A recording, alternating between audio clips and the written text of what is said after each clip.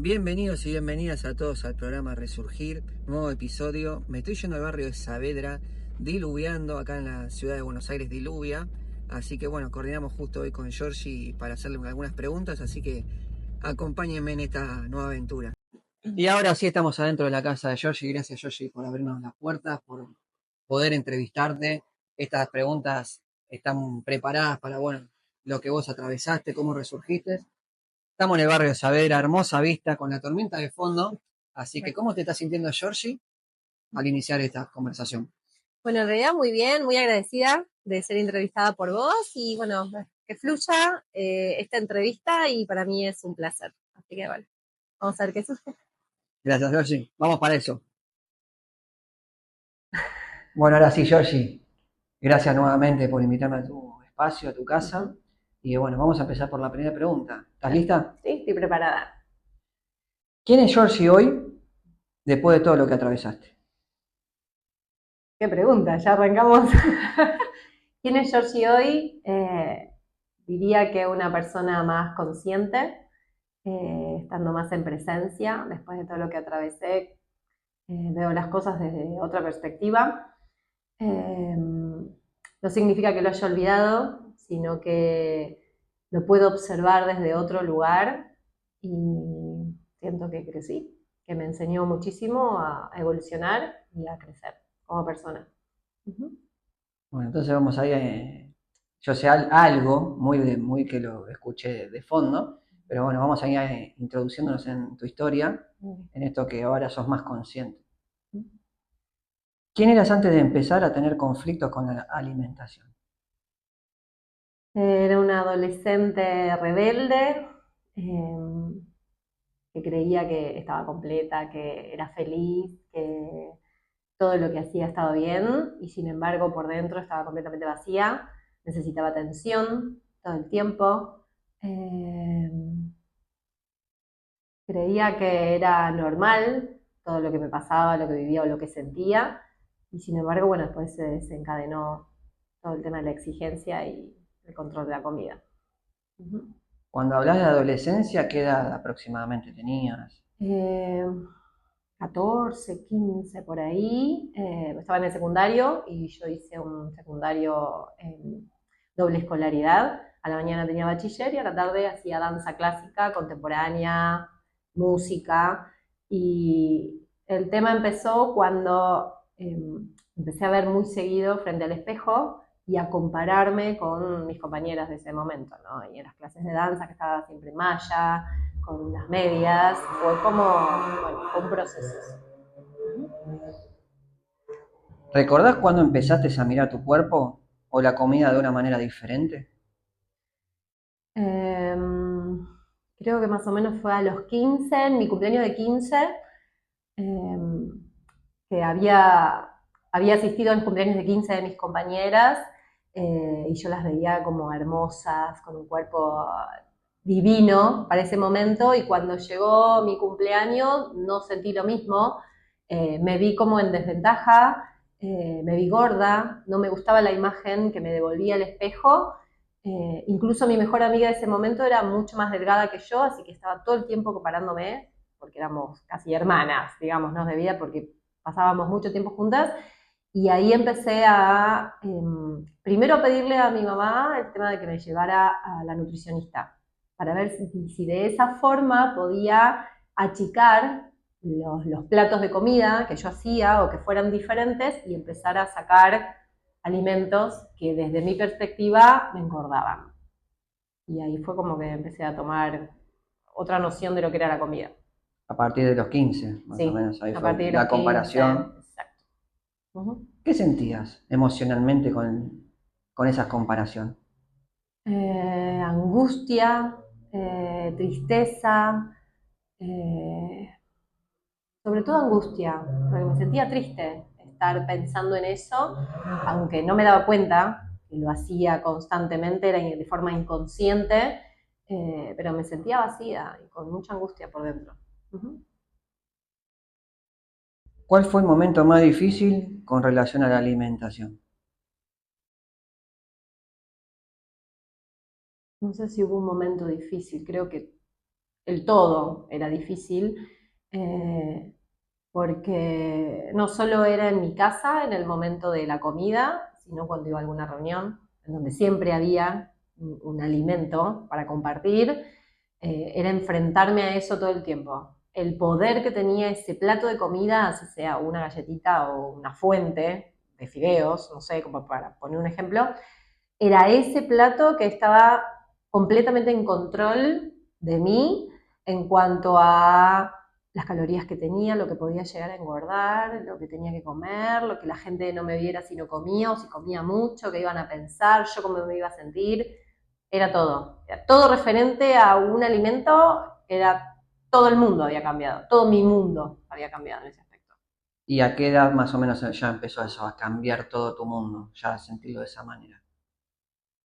Eh, yo creo que a los 17 fue un quiebre porque ahí empecé directamente a dejar de comer y enseguida se vio un resultado porque empecé a estar muchísimo más delgada y ahí mi mamá se dio cuenta de que algo no estaba bien y como yo estaba todo el tiempo en el colegio, había muy poca chance que tuvieran un control sobre mí en cuanto a lo que hacía con la comida porque almorzaba, supuestamente almorzaba en el colegio.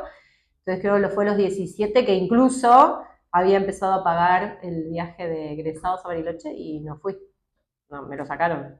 Claramente no estaba en condiciones de poder hacerlo y me sacaron también del colegio. Estuve 2 meses más o menos sin ir al colegio, estaba en quinto año. ¿Y ahí qué pasó en esos 2 meses? Que no ibas al colegio, te perdiste el viaje egresado. Fue fuerte porque me internaron en Aluba, así que mis días habían pasado de estar en el colegio, de tener el control, en el que yo creía, sobre lo que estaba haciendo, a seguir una regla estricta de lo que era ese instituto. Estaba todo el día, porque era más o menos de las 8 de la mañana hasta las 5 de la tarde. Me tenían que llevar, me tenían que ir a buscar, no podía manejar plata, no podía estar sola. Y fue un cambio de seguir reglas, o sea, de salir de algo que yo ponía reglas mías propias, algo estricto, a que otra persona me las ponga. Eh, Hablar todo el tiempo de comida, porque era ese el problema, o sea, yo seguía dando vueltas en el mismo círculo. Y ese fue un momento en el que creo que estuve 2 meses y que mi mamá vio que no me estaba aportando una solución, no me estaba ayudando, porque al contrario, me estaba dando más ideas para seguir haciendo macanas, no sé cómo decirlo de buena forma, con el tema de la comida. Ideas que yo escuchaba de otras personas como yo que estaban en el mismo lugar y que en las conversaciones grupales se expresaban. ¿Y qué pensamiento, Georgie, tenías con Mm, respecto a ese momento, en esa mm. etapa? ¿Cuáles eran los pensamientos frecuentes? Eh, que estaba gorda, que nadie me quería, que tenía que cambiar mi cuerpo para que el resto me aceptara y me viera de otra forma, que me amaran. Eh, no era que quería morir, pero sí quería llamar la atención, pero a su vez no quería llamar tanto la atención porque se iban a dar cuenta de lo que estaba haciendo y para mí era algo que tenía que ocultar. Fue un momento de confusión completa, de odiarme a mí misma para tomar esa decisión que yo sabía que era autodestructiva y sin embargo no la podía controlar. Era como que ya había tomado control de mi vida y yo estaba, me había embarcado en eso. Y esto empezó más o menos, como decías, a los 14, 15 años, después empezó Mm, el cumpleaños de 15, mm, pasaron los 17, 18 años, ahí mm, con el secundario. mm. ¿Cuánto tiempo duró todo esto? Años, años.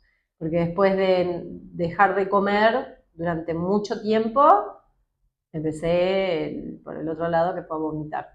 O sea, de no comer nada, de tener un hambre voraz, porque no me alimentaba absolutamente, a comerme todo. Y de ese momento de comerme todo, sentir culpa por lo que estaba haciendo y empezar a vomitar. Entonces fue un círculo de no salir, como de cambiar de un lugar a otro, pero de seguir autodestruyéndome. Y fueron años, años, no sé, de 20 años, más o menos. ¿Había algún momento, porque escuché la palabra como la culpa, ¿no? Y ese Eh, círculo. ¿En algún momento hubo paz en esa culpa, en ese círculo? No, no, nunca. Era un ciclo que creía tal vez que estaba en paz cuando terminaba de hacer eso y de sentir que, bueno, ya estaba como más ligera, más liviana, por poner una palabra, pero nunca era paz, nunca era paz.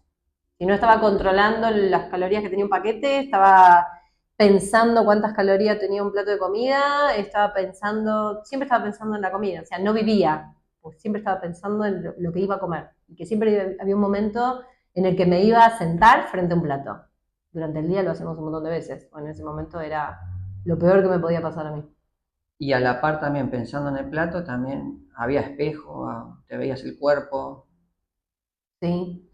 Incluso tengo una foto que me sacaron cuando recibí el diploma en quinto año, porque después de esos 2 meses mi mamá habló con el director para que terminara por lo menos con el grupo, eh, y pesaba 40 kilos, era hueso. Y yo me acuerdo de esa foto, me acuerdo de lo que sentía en ese momento y yo me sentía obesa. Me tocaba el hueso, pero yo no me sentía el hueso, me sentía carne, grasa, no sé cómo decirlo, algo de exceso. No, no, no. La imagen que me volvía el espejo que fuera, el espejo de la calle de una vidriera, el espejo del baño, donde fuera que hubiera un espejo, yo me veía mal. No veía lo que me estaba pasando en ese momento. ¿Y te querías ver? Creo que no sé cómo decirlo. Yo creo que me quería ver para seguir reafirmando que lo que estaba haciendo era lo que tenía que hacer, como autodañarme, porque no me veía bien. Creo que no hubo un momento en el que me vi bien, estando tan delgada, ni la ropa me quedaba. Digo, me quedaba en el sentido de que me tenía que comprar remeras para chicos, porque la ropa normal de mis 17, 18 años me quedaba grande. Y tampoco lo veía eso. ¿Te sentías acompañada o incomprendida por los demás? Eh, Me sentía acompañada por mi mamá, que fue como la que tomó las riendas para estar ahí al lado y ayudarme desde lo que conocía, desde lo que suponía que me iba a hacer bien. La familia siempre le preguntaba a mi mamá cómo estaba acompañada desde ese lugar, pero yo igualmente no lo sentía. Había algo ahí que no sentía el cariño, no sentía el apoyo, era como vivir en una burbuja, o sea, aislada completamente de lo que pasaba alrededor. ¿Y tus amistades? ¿Seguías haciendo danzas a esa altura? No, cuando hablaron con el director, solamente terminé la parte del bachiller para terminar quinto año, pero no fui más a las clases de danza, ni de música, ni nada, que fue a la tarde, que era doble escolaridad, que era estar frente al espejo. No, eso no lo hice más. Me gustaba, pero sabía que no era el camino. ¿Y con tus amistades, con tus amigas? ¿Hubo contacto? Muy poco. La que era mi mejor amiga estuvo, pero no tanto. Después de todo eso que pasó, que me sacaron del colegio, que después volví, las relaciones habían cambiado y no me sentí comprendida o acompañada en ese sentido. Así que no, tampoco.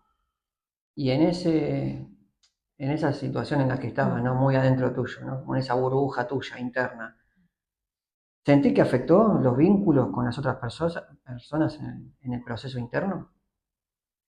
Sí, porque yo sentía que como sabían de este problema, iban a estar controlando qué comía, qué no comía cuando estuviera en grupo. Y eso me hacía sentir perseguida. Entonces lo primero que hice fue aislarme de todo completamente, no solo de la familia o las reuniones familiares, sino de amigos o de encuentros de compañeros del colegio, no ir a ningún lado. ¿Cómo era un día, si te acordás, de Georgie en esa burbuja aislada, con esos pensamientos en la comida, de las calorías, de cómo comer? ¿Cómo era un día tuyo? Era no querer levantarme, porque era ir al colegio a la mañana, después volver, estar en mi casa, pero incluso estaba sola, Mi mamá trabajaba, mi hermana estaba trabajando y después en secundario también. Era ver qué había de comida en casa, si es que había algo para hacerme, o ir a comprar, si tenía a disposición algo de plata, incluso robar, le abría la cartera a mi mamá en algún momento, a mi hermana, quien tuviera plata para yo tener en ese momento, quizás ir a comprarme algo y después terminar comiéndolo así impulsivamente para vomitar, hacer como que nada había pasado, o envolverme en bolsas de residuo para salir a andar en bicicleta, transpirar, queriendo seguir adelgazar o perder grasa, y a la noche estar con mi mamá o con mi hermana, que ellas hicieran la comida, o incluso yo la hacía para ver qué era lo que ponía, menos sal, menos aceite, algunas cosas de esas, y después comer, servirme, nada, una porción así para hacer como que comía mientras charlaba y hacía como que el resto no estuviera mirando cuánto estaba comiendo el plato e irme a dormir. Georgie, ¿y tu salud cómo te respondía a todo esto? ¿Energéticamente? ¿En fuerza? ¿Sabes qué? Estaba bien. Nunca estuve débil, nunca dejé de hacer cosas. Eh, Incluso lo único que me salía en los estudios era anemia, porque no comía carne. Pero nunca me salió un resultado de tener que internarme. Nunca, en todos los años que tuve esto. Jamás. Había algo externo, no sé cómo llamarlo, un Dios aparte, un ángel de la guarda. Pero con todo lo que hice, nunca me dieron mal. Y eso también era lo que llamaba la atención. Todas las cosas que hacía, era como que tomaba eso a mi favor. Con todo lo que estaba haciendo, incluso mi cuerpo respondía bien. Mi salud en ese momento respondía bien. No me enfermaba, digo, de gripe, de resfrío, nada. Y tenía fuerza para seguir haciendo cosas. ¡Qué fortaleza! Ah, ¿hubo un momento en el que dijiste hasta acá? Eh, sí, pero nunca le pude cumplir. Hubo muchos momentos en que dije, basta.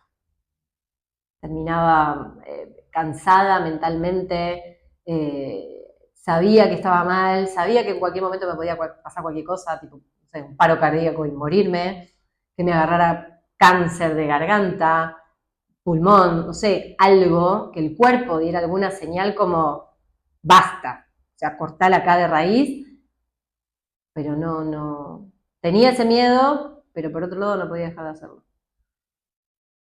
¿Y qué pasaba ahí, en esa situación en la que no podías dejar de hacerlo? Lo hacía. Y volvía otra vez el círculo de la culpa, de la angustia, de decir que no lo iba a volver a hacer, y sin embargo después volvía otra vez el pensamiento de querer comer, saber que no lo debía hacer porque el resultado iba a ser vomitarlo, y así todo el tiempo. O sea, era lo único que pensaba era en eso. ¿Y en qué momento fue el basta o el quiebre a decir, bueno, vamos a empezar a resurgir? Eh, Creo que llegó un momento en el que ya no podía verme haciendo eso. Habían pasado años y era como, no sigo teniendo 15, no sigo siendo esa adolescente quizás rebelde que quiere llamar la atención, y era también querer disfrutar de salir con amigos, de saber que iba a haber comida y de decir, puedo, puedo, puedo diferenciar lo que estoy haciendo, puedo disfrutar, así como algo pequeño, puedo disfrutar de estar con otras personas. O sea, me di cuenta que me estaba privando de un montón de cosas. Y creo, no me acuerdo en qué momento alguien me lo dijo, pero fue una frase de, en el libro de mi vida va a haber unos años en los que las páginas van a estar en blanco, porque yo ahí no puedo poner nada. O sea, esta enfermedad, trastorno alimentario. Pero no hubo historia de me divertí, disfruté, salí con amigos, conocí gente, algo. Iban a estar en blanco. Y cuando la escuché fue como muy fuerte. Digo, me estoy perdiendo de hacer un montón de cosas como adolescente. Podría estar disfrutando incluso como el viaje de egresados, que nunca lo viví. ¿Y ya qué edad tenías cuando empezó este resurgir, bueno, verlo de otra manera? Y creo que 20 y pico tendría. Eh, Más o menos. 25, 27 años. Más o menos por ahí. Un proceso largo fue. Sí, con mucho tiempo. ¿Quién o qué fue el faro en ese camino hacia ese cambio?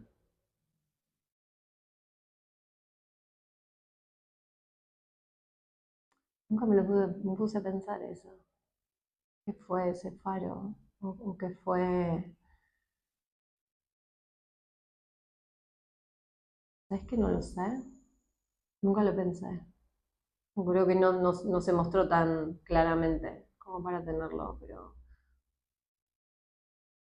yo creo que el poder disfrutar de las cosas. En ese momento siempre estaba muy unida a mis abuelos maternos, eh, y creo que puede ser que haya sido por ese lado, ¿no? De poder disfrutarlos y que me vieran bien. Yo sabía que ellos sufrían mucho, en silencio.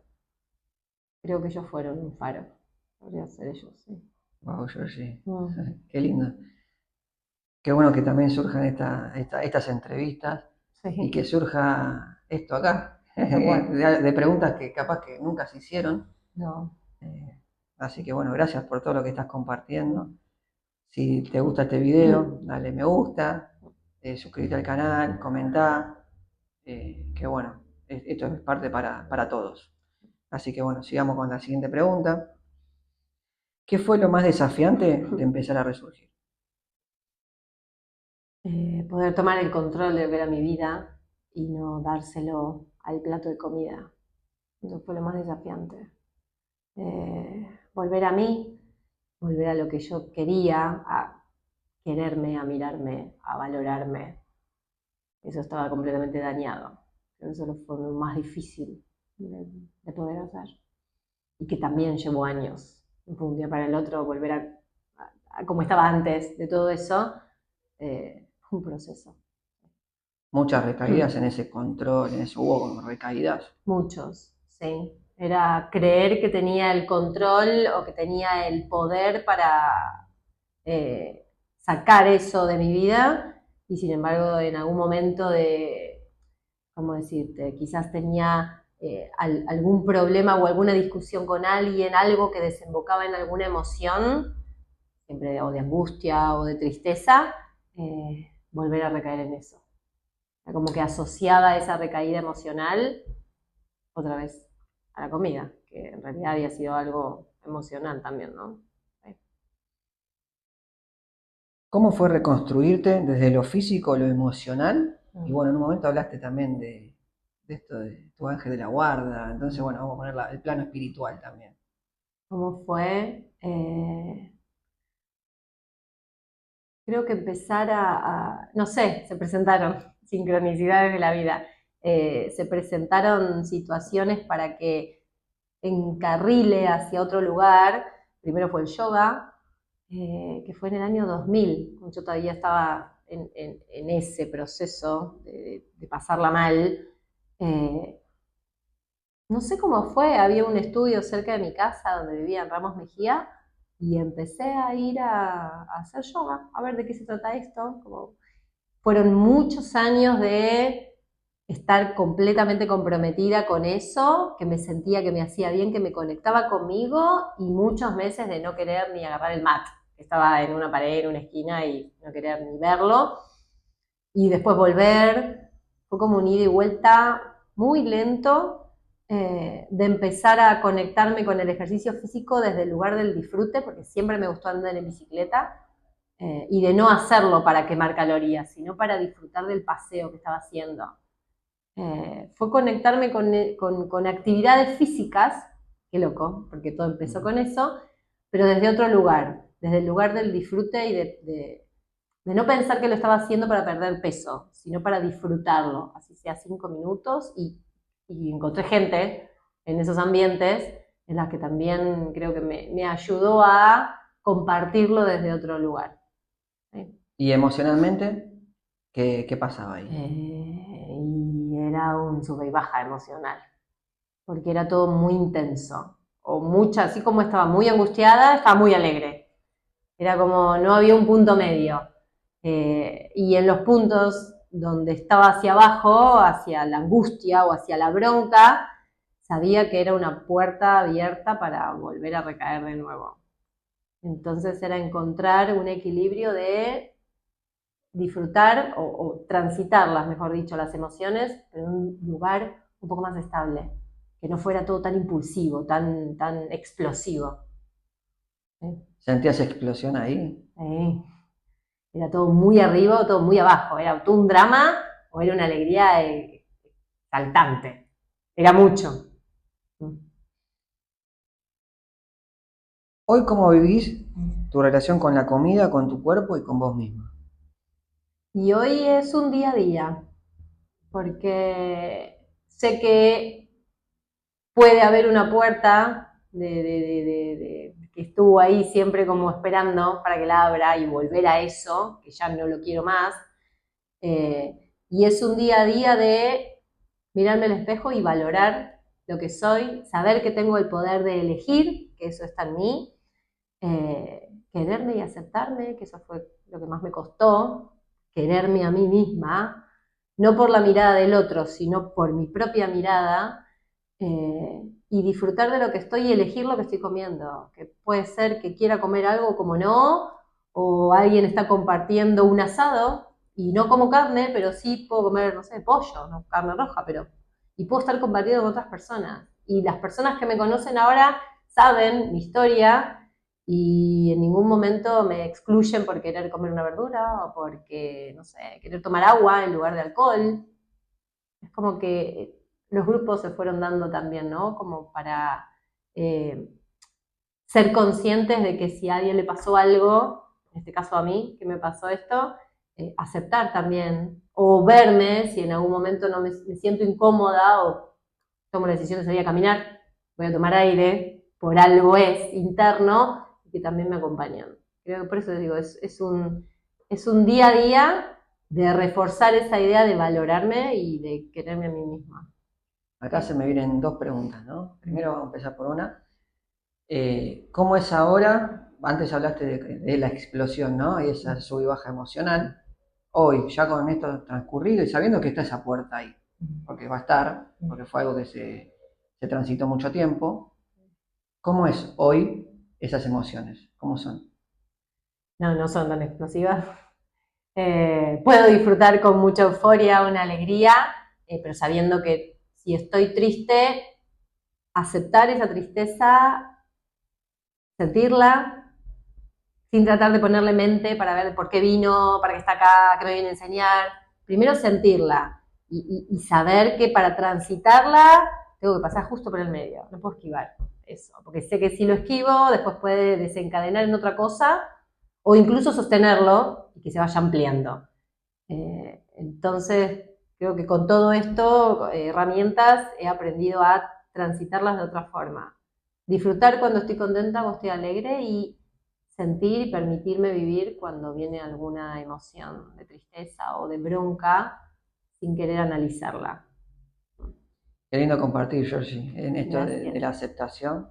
Y ahora que de la anterior pregunta me surgió esta segunda, que fue la importancia del entorno, ¿no? Porque ahora hablas de como del entorno y que también te acepten lo que comes.